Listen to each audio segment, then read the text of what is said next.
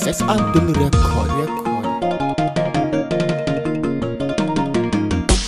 Yan arewa mu farka hadai, yan arewa mu farka hadai. Sakon SS Abdul Zahariya,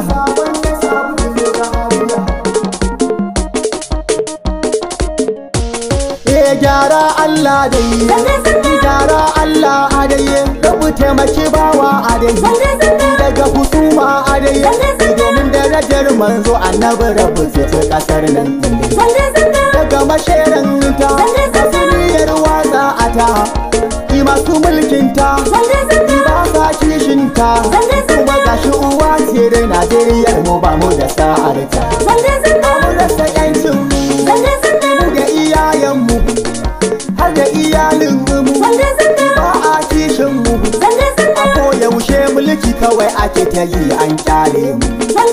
Tamkar dabba a yi, ko kuma 'yan maye, ki faɗa ma kowa a yi, amsar kai waye, ai an kashe mutum da fari da yi tamkar kuraye. Babu tsaro baba, babu ruwa baba, ba abinci gida ba ba sauƙi baba, a sanadin yunwa ana taɓa ta 'yan mata ba wayo Allah na, ni abin na damuna, to ku taso dangi ina, ku ɗauki bayani ina, ko mu kashe dai ko a kashe mu dan gyaran barna.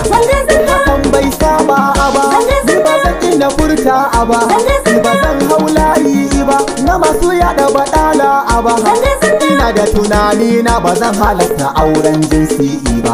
Malamai ku ji tsarin nan, ko dai ba kwa anan ake ta yada masifar nan, musulun ke nan, aiku ne kuka ce mu bi sai lokacin zaɓe ɗin nan.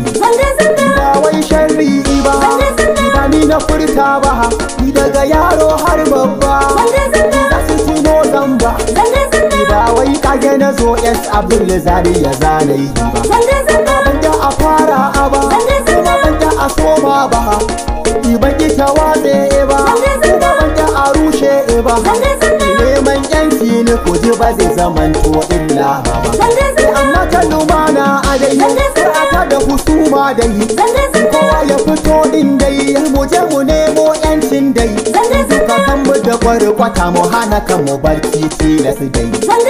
Tsofaffi ku fito, ɗan yara ku fito, samari ma su fito, ɗan mata su fito, ji domin kau da zato ni ma mai waƙa da na fito. In bar aiki na, tare da mota na, ko ɗan shago na, hanyar samu na, domin in na tsaya a fan a tashi zan rasa rayi.